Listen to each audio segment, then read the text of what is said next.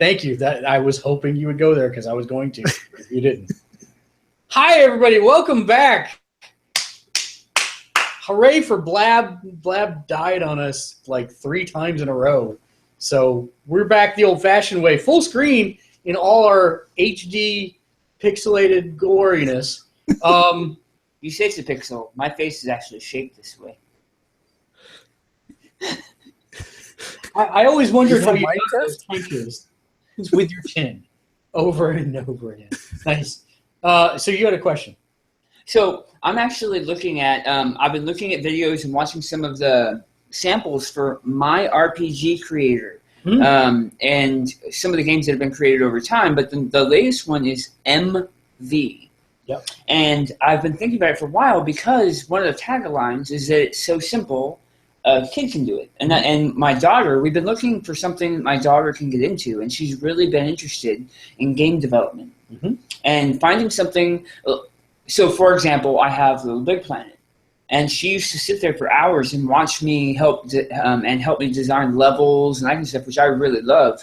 And now she's older, and so we were looking into what some of the different game creation softwares are, and she really likes that kind of style. But I also think that, based on what I've read, that it comes with a good toolbox. So I have RPG Maker from last year, plus about $90 worth of downloadable content for it. And I have logged exactly 1 hour and 37 minutes in it. But that is because I do not have the time to sit down and spend 12 hours in it. If she's got the time, it explains everything meticulously. It is really, really good for that purpose, especially if you're talking about learning game development. That is going to be spot on. If you're older and you do have limited time, there's a lot. That's the best way I can say it. It's not because I didn't think it was good that I set it down. It's because, Matt, how much time do you have to do something like that per week? 15 minutes. Yeah. So same here. And so that's really been the deciding factor for me. But I started on the tutorial, started going through it. It spells everything out. Just don't expect to be making, as long as she goes in with the expectation she's making an 8-bit or a 16-bit RPG, she will get what she came for. So she really likes the aspects, and she likes coming up with story. I mean, we as a family have been doing the story by chapter for a long time, where we'll sit, if we have extra time in the car, we'll sit there and I'll start with 2 sentences, and then we'll pass to her and she'll say 2 sentences, and my son will say 2 sentences, and she really digs that RPG element. And she likes telling stories like that. One of the reasons that I was looking at My RPG Maker was because they said that while you can use all of the tools available, as you progress and learn programming, there's even more you can do. And so I think I would get it with the understanding that starting at step 1, letting her know, hey, look, your first 10 levels are going to be just practice. Right. And then move from there. I think that she would really love that. But we do on Thursdays we have family game night, and we rotate right now. One week a month we do Dungeons and Dragons 5th edition. Twist it a little bit so that my 6-year-old doesn't go crazy with all the rules. Wait, so you're actually kind of playing Call of Cthulhu? Kind of. Because you're twisting it so he doesn't go insane? Yeah. Okay, I was just checking. I was following there. Nice. But yeah, so I was thinking about that as the game, because when I looked up, when you type up game development software into Google, even when you go into Steam and you drop down their game development under software, you get 500 options. So there's a couple things that I would recommend, because I have gone down this rabbit hole several times. And Matt, feel free to jump in because I know you've looked at some of this stuff as well. First, for your family board game night, shameless plug, Once Upon a Time. It is a storytelling card game. Do you guys have this or played it? It is actually, you get decks of cards with story snippet ideas, and you have to force your way into the conversation, but make the flow natural and your goal is to get all the cards out of your hand and use your last story snippet to end the story. It's actually a really good game. It's a storytelling card game, and so that's why I want to bring it up. The other side of that is, how old is, if you don't mind sharing? So my youngest is 6. Right. My middle is 9, and my daughter is 12. 12. So here's the rub. Right now, you can go download Unity, which is the prevalent game engine development software that actual developers make games in. In fact, most of the VR games are made in Unity for free. So I know from being a kid growing up in the middle of nowhere that if I got a free piece of software, I would spend 50, 100, just trying to figure out what it could do. That's how I started programming in HyperCard. I just really dated myself. But the point is right, she's not going to understand all of it. But the point is that she'll still have light years ahead. Well, and she can watch videos that help her with tutorials. The only issue I would have with that right now is I would find it difficult for her to see what she's doing without the technology to see what she's doing, right? Well, she's not going to be designing VR. You said it's used for it's games. used for games, period. Okay. I mean, you can use it for VR, but you would be able to basically just compile and run the Unity engine at that point and see the works of your labor right there. Also, so, I mean, Unity. Yes, and I hope I'm not sending you down a rabbit hole that has a dead end. I don't know how much programming is required to work with Unity, but from my understanding, people pick it up and then they tie programming into it, not it itself. So she should be able, I think, to actually start with just Unity. Maybe we'll look at both. Yeah. Maybe we'll look at both. Matt, have you looked at anything like that? Not in recent history. The last thing I looked at was to do some Android stuff, and that nothing near that level. That it's basically just the interface libraries that you can get that you can plug into. Can't remember what the Java engine is called anymore. Twilight, no. Anyway, I forget. But yeah, I haven't looked into that. Sickeningly sweet. Mm-hmm. Shouldn't it be something sickeningly sweet, like cream puff marshmallow or something? No, because it actually isn't owned by the Chromium Council or Google or anything. It's a completely independent Java. I mean, it's just a free Java development environment, and then the SDK was built to go plug into that. I think Android's actually pulled out of whatever it was called now, and it has its own full SDK tool. But yeah, no, I haven't looked at that. I was always intrigued by the Unity stuff, but yeah, it's a time thing. I mean, it would take the time to figure it out and to relearn programming, because it's been so long since I've done anything. I've forgotten more than I remember. So that was one of the things I was looking at with the new RPG Maker, is that they have porting so that you can port it to Apple iPhone, like your iPhones, your Android devices, Steam, HTML5, a bunch of options. But no Microsoft Windows Phone, because seriously, Microsoft Windows. Is that even a thing? It actually, they just Isn't sold. that just like a Skype box? They just sold all their phone division, so not really anymore. Hey Matt. Hey, what? You like Rocket League? I actually do. I suck at it. Rocket League has brought in $110 million. And its highest active user base is on PS4. PlayStation 4. Yep. And as long as we're on that, this past week, the crossplay for Xbox One and PC kicked off for Rocket League. So they're riding high. I'm looking for anything else. That's super interesting. The July 19th date is not only for Steam, it is also for PS4 for I Am Setsuna. So that's coming pretty quick. Snap. That's coming up quick then. Neverwinter, the MMO based on the Forgotten Realms world, is coming to PlayStation 4 in the summer of 2016. Yep. Speaking of MMOs coming to PlayStation 4, Star Trek Online is coming, but there's been no announced date that I've seen. No announced date. The PlayStation Plus games for June were announced. The PlayStation 4 ones are Gone Home and NBA 2K16. He shoots, he scores! So, yeah, I'm not sure if that one, I haven't asked Keegan if he wants the NBA one or not. If not, I probably won't download it. But yeah, Gone Home is one I definitely had my eye on. And so that'll be a good. The rest of the lineup is Echo Chrome and Siren Blood Curse episodes 1 through 12 for PlayStation 3. So at least you got the entire Siren saga. They're both older games, so that's kind of where kind of see the writing on the wall for the PS3 and Vita Plus games. I think I'll be surprised if next year there are PlayStation 3 and Vita Plus games.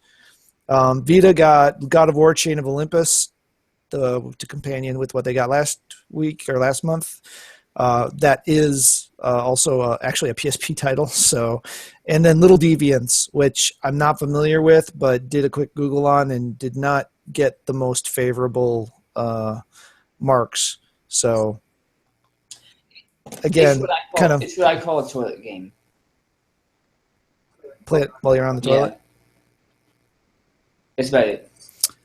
I haven't used this one since it launched, but Share Factory is PS4's editing software for your captured videos or screenshots. So you can monkey with them before you post it.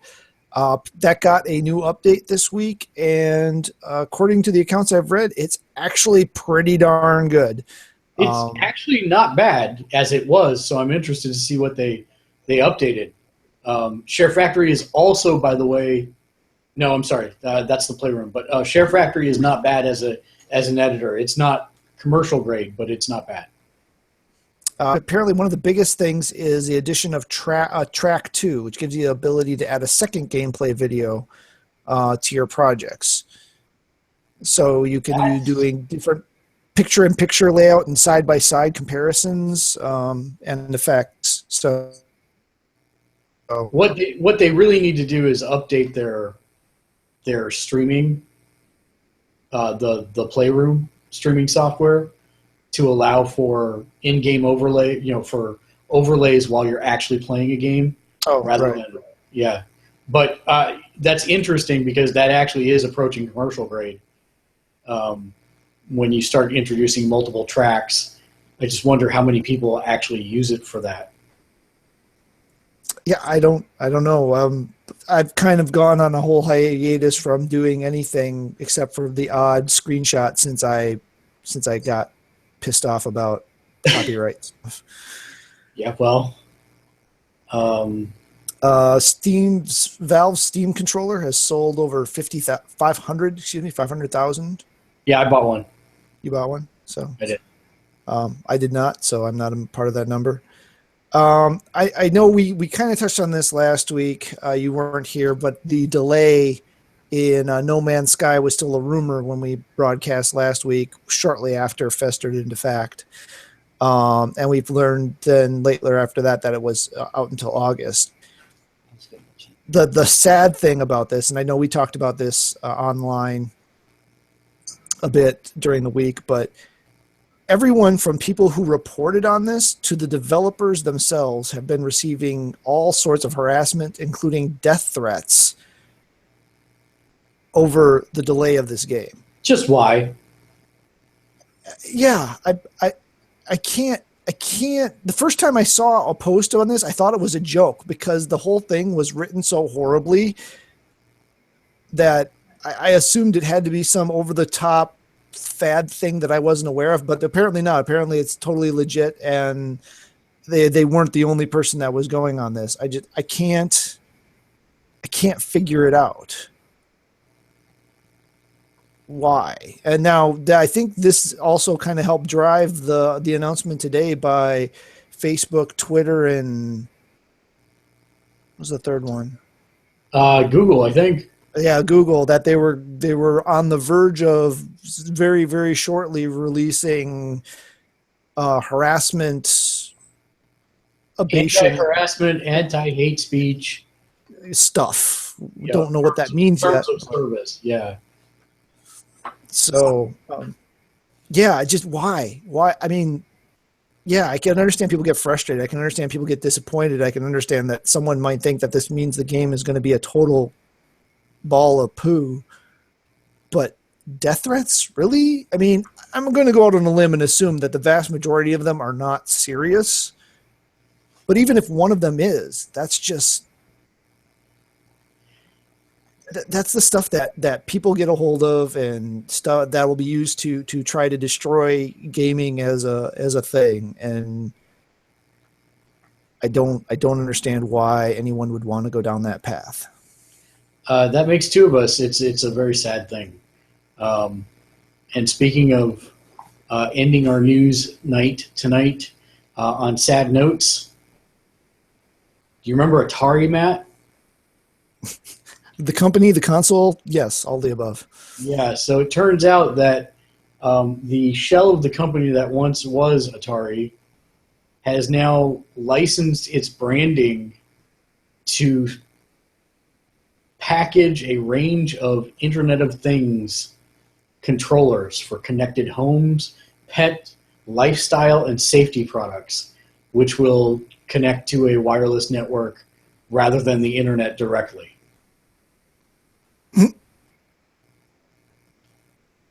So those memories you have of Atari, cherish them while you have them, because they won't be there for long. Yeah. Wow. I did just have one other thing I wanted to hit quick. Oh no, we're done with news. No, because I didn't think we would be getting anything, and I'll just leave it at this. But there was a new version of Skylanders announced today. Is that the one where you create your own? Yeah, it's a build your own character kind of thing, and they've basically given up on pretending to be Diablo and are just Diablo now. Does that mean I can the loot system and everything, and the randomized levels and the whole 9 yards? Yeah, but can I still go more than a screen's worth away from anybody else playing couch co-op with me? That was not in the article. I don't know. See, so. But Mark, they don't have that technology. There are no other games that have multiple characters and they don't have to be tethered to each other. It's not possible, Mark. It's not possible. Well, the funny part is Diablo doesn't do it either. But they don't put an annoying fucking line between me and the other person that just reminds me you're too far away. And I think if it didn't have the line, it wouldn't bother me. But the fact that it's constantly got the line. We're a Lego video game family. Yeah. My family is. We have every title. And they don't have tethers in that game, and it works great. Right. They did early on. They did early on. But it's something that we fixed, and we have not seen since. Yeah. Yeah. I had a piece of mail from the mailbag. I have to find it because it was actually asked on one of the podcast feeds from last week. Let me find it momentarily. All right, so while we're thinking of that, a question posed to both of you. If there was a title that you would like to see, or what's the title you would like to see in VR to play as a main character? Okay, so I'm going to...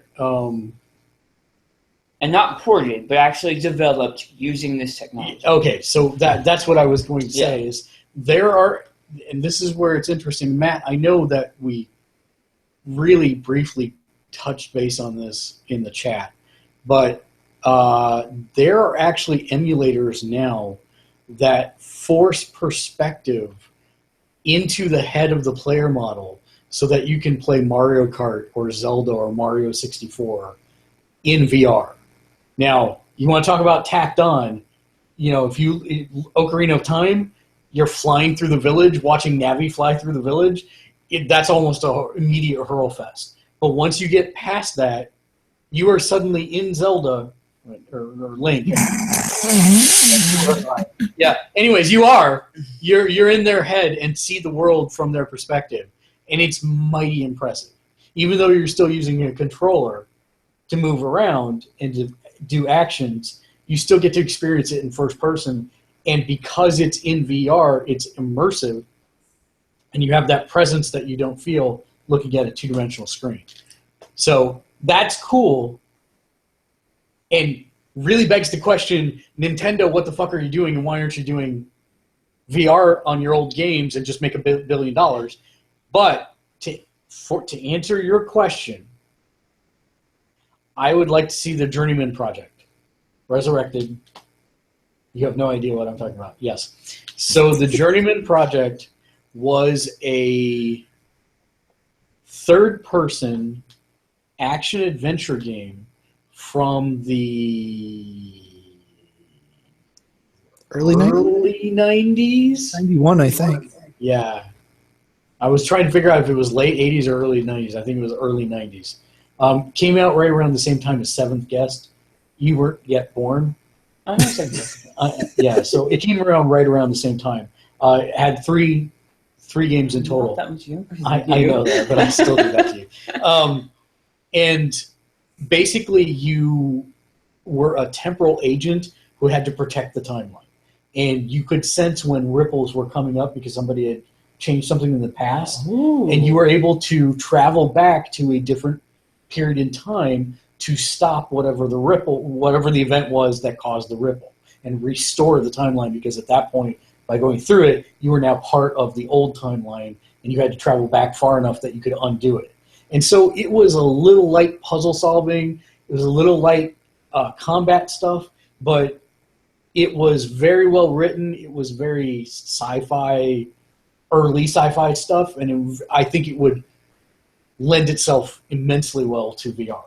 That's awesome. Yeah, because you were never like exploring open hillsides or anything. You were in corridors trying to track down a computer mainframe to find out what happened so that you could jump to the next place. So I mean, it was never like it was open world type of thing, and I think that fits for this, and that would fit for VR as well.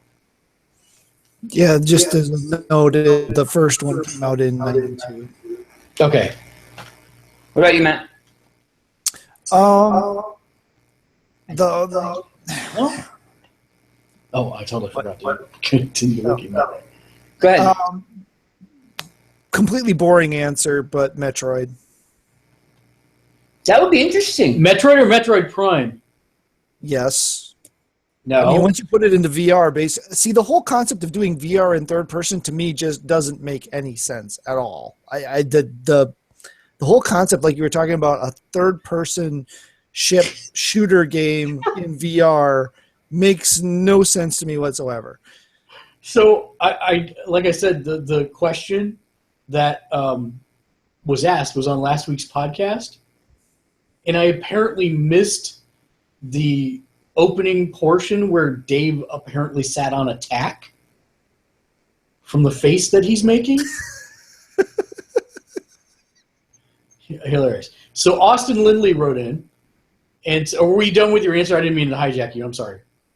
I got. It would be prime in the fact that it would be first person, right? I mean, it would.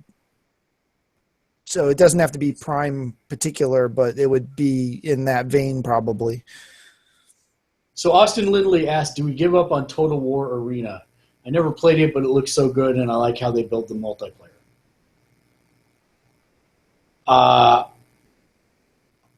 I will be 1,000% honest. Did not play Total War Arena. However, I am playing Total War Warhammer. And if it's anything like Total War Warhammer, the answer is do not give up on it because it's amazing. It's really good. I'm really enjoying my time with it. And I think that it's a pretty interesting... You know, we don't really have a lot of RTSs right now. And so I'm pretty pleased with this as an RTS. It's StarCraft. So we don't really have a lot of current RTSs. Anything that's released in the last 20 years StarCraft 2. So we don't really have a lot of. Did you see the kind of RTS-esque thing that dropped on PlayStation 4 this week? Something Echo, there came an Echo or something like that. I did see that. You actually talked to command your troops? Yeah, I did see that. I have not played it. There's a similar Cyberpunk game that stars Will Wheaton where you control the main character in kind of an RTS by giving voice commands. That is. Will Wheaton's in this. Oh, that's it. Oh, okay. The Echo one, yeah. Oh, yeah, there came an Echo. Yes. Sorry. Hey, look at that. I'm talking about. My bad. So you're talking There's actually a lot of big names. Dungeons 2, I picked up, and that's interesting. It is also an RTS that dropped this week. That's why this conversation started reminding me of the other things I played on PlayStation. That is available on PC as well on Steam, but it is also on PS4, and I think the PS4 control scheme is actually better than the PC one. And it's pretty entertaining. The only complaint I have so far is that there is no fast-forward time button. But other than that, it's pretty interesting. You are basically... who is the villain in Inspector Gadget? Claw. Professor Claw? Professor Claw. Yeah. You're Professor Claw's hand. And the hand is all that's left of you because you almost overthrew the world and they banished you and separated all your body parts, and the hand's all you got left. And so you use the hand to control your minions to rebuild your empire so that you can take over the world. And it's all done. It's actually really cute and also really well done. So I've been playing that. All I can think of now is Jim Carrey from Liar Liar. It's the claw! Yes, that is correct. Very tongue-in-cheek and quite fourth wall breaking. It's a lot of fun. And there was something else that came out this week, Matt. What came out this week? Lots of stuff. Got to be more specific. No. PSN title. You're supposed to have an encyclopedic knowledge of everything that... A lot of stuff dropped this week. I was actually really surprised. I wasn't expecting it. Oxenfree. Nope. Which has got a lot of the one thing with the stuff and the things. Oh, that clears it right up. Open page, dang you. I don't know that game. Yeah, me either, apparently. I don't know why this is not opening. One Piece, Burning Blood, there came an Epco, Oxenfree. Oh, wait. Not this week, last week. No, I'm not expecting to Doom. remember that far back. I actually really want to play Doom. Oh, I haven't even looked at the PSN this week, apparently. Yay! Oh, for Pete's sake. Sorry. I'm in my own time zone here. I got it. I'm on there. Not Downwell Dungeons 2.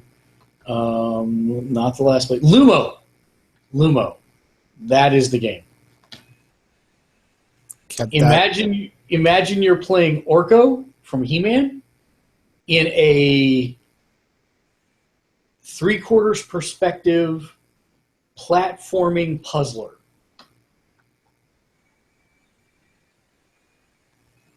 It's really good, really fun. Really like it, so I definitely recommend you pick that one up.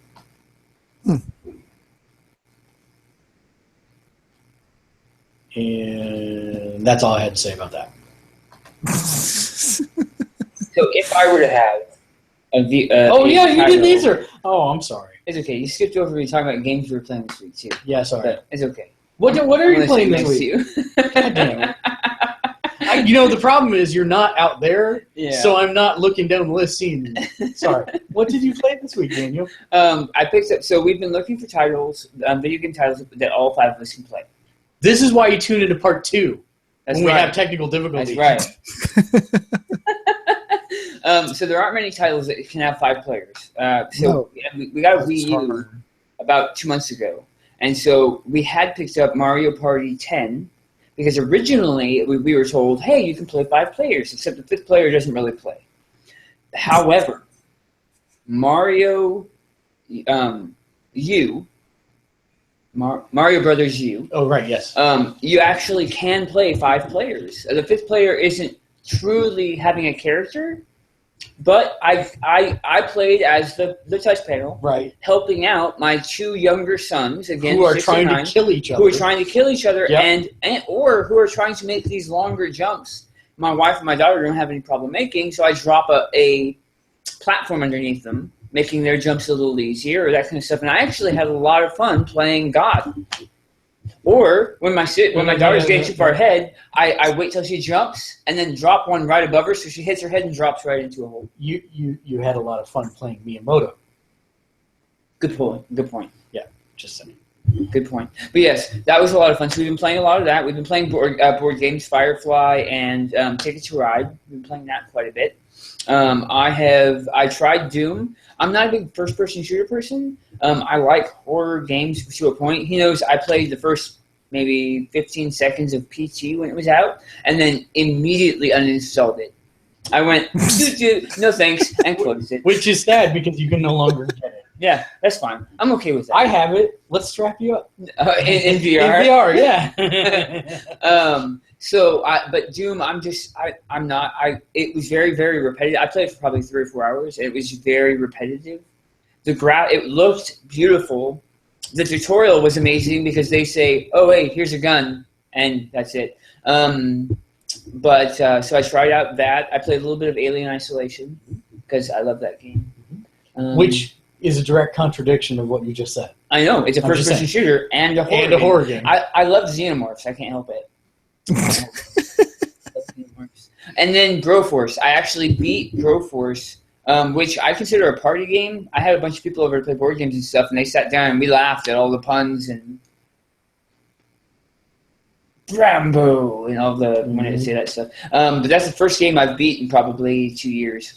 So I was pretty proud of myself. And you were about to tell us what game you want me to play. So I saw a video clip of Ocarina of Time with the Half-Life engine to do all of the textures and a lot of the motions, and I thought it looked beautiful, and it really made me think about doing an actual game like that. However, I love story. I do role-playing games a lot. I love story. I would love to see Agatha Christie novels done right, to be honest, where they were actually mysteries, or even Sherlock Holmes done right, introducing the material in a new way to this generation who doesn't understand what a book is.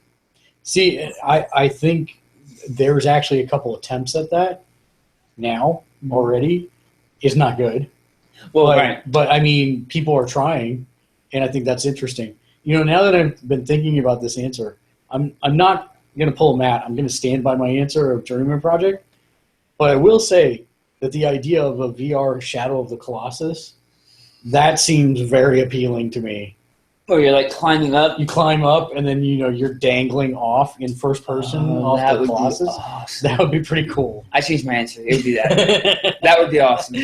So, you out there, would be developers, get started. The first time one of them breaks and you go flopping, I think that would induce much motion sickness. Yeah, we'll see. I think it'd be worth it, though. There's a risk-reward there inherent. Well, you want people to feel the fear. I hate to say it that way, but you wanted to make it to feel. Besides, they've got to develop the regurgitator apparatus eventually if we're going to hook into these full time and just get 175 extra pounds weight on. So, just get on that, devs. I'm not joking. I have seen devices that provide wind and heated air for VR, so that if you're near a dragon that's breathing fire, you feel the heat. If they can do that, they can just regurgitate my puke. Put it in tiny ice cubes. That's right. You just throw the ice cubes away. Ice puke. Ice puke. Delicious. GM. Yeah. Patent. What have you done, Matt? Why did you allow this? I don't know. I really don't know.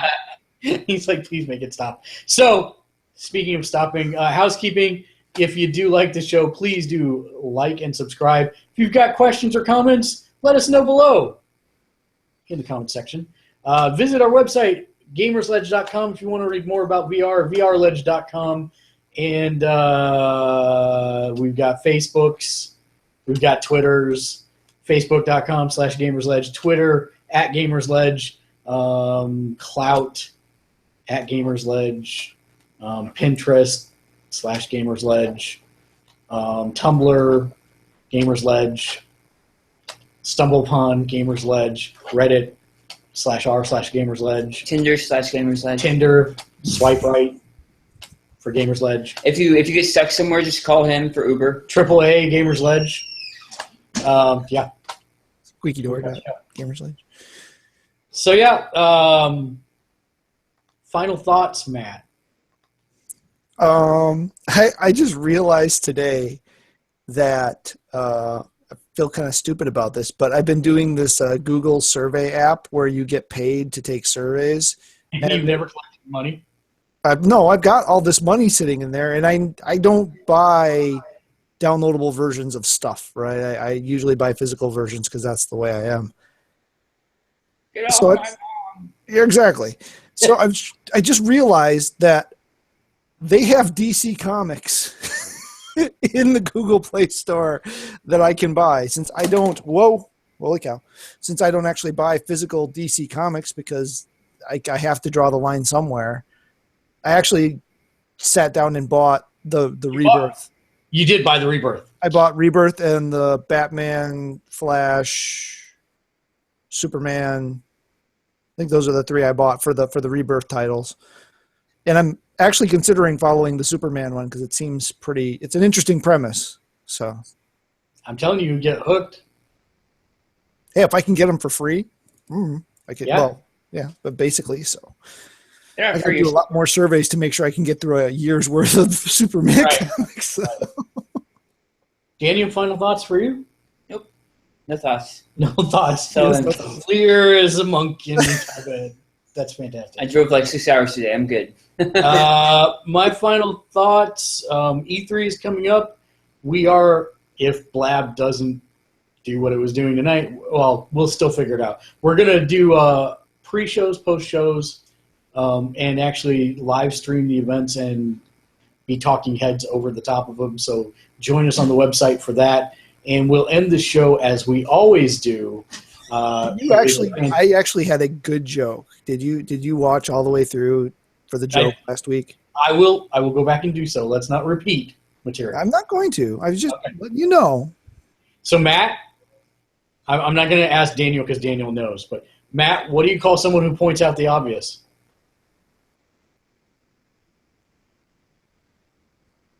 I don't know. What do you call someone who points out the obvious? Someone who points out the obvious. Until next week, game on. That was going. Game on.